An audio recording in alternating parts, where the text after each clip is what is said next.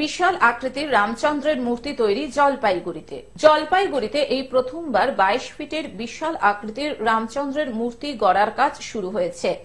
আর এখন সেই মাটির মূর্তি তৈরি করার কাজে জোর কদমে ব্যস্ত শিল্পীরা। আগামী 22 জানুয়ারি অযোধ্যার রাম মন্দিরের শুভ উদ্বোধন হতে চলেছে। আর সেই সাথে জলপাইগুড়ির 5 নম্বর গুমটি সংলগ্ন বামনপাড়াতে বিশাল আকৃতির রামের মূর্তি তৈরি হচ্ছে। আগামী 22 থেকে 25 তারিখ পর্যন্ত বামনপাড়ার রামের মূর্তির সামনে বিভিন্ন অনুষ্ঠানের আয়োজন করা হবে।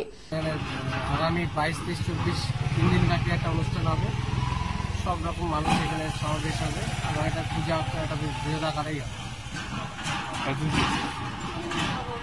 এখানে কি বার্তা দিবেন এই রাম মন্দির তৈরি করতে?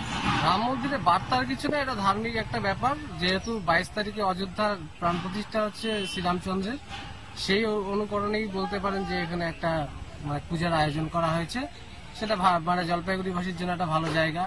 এবার ধর্ম করতে পারবে, আসতে পারবে, একটা ভালো উৎসবের মতো হতে পারে। 3 দিন পর কি এটা নষ্ট করে দেওয়া হবে? আবার 3 দিন ব্যাপী পরে তো নষ্ট তো করতেই হবে, কারণ এটা তো ক্ষণস্থায়ী ব্যাপার। এটা চিরস্থায়ী মতো করলে তো আমাদের অন্যরকম ব্যবস্থা করতে হতো। যেহেতু এটা ওইরকম ব্যবস্থা না, মাটি দিয়ে তৈরি হচ্ছে, এটাকে আমাদেরকে ডিস্ট্রয় করতে হবে। তাই এখন সেই বিশাল আকৃতির রামের মূর্তি তৈরিতে শিল্পীরা জোর কদমে ব্যস্ত। এখন অনেকটাই কাজ এগিয়ে গেছে, আর 2-3 দিন পর পুরো কাজটাই শেষ হয়ে যাবে বলে জানিয়েছেন তারা। বেশ কয়েকদিন থেকেই এই মূর্তির কাছে ব্যস্ত শিল্পীরা। জলপাইগুড়িতে এই ধরনের মূর্তি গড়ার কাজ দেখতেই এখন থেকেই অনেক মানুষ আসছেন।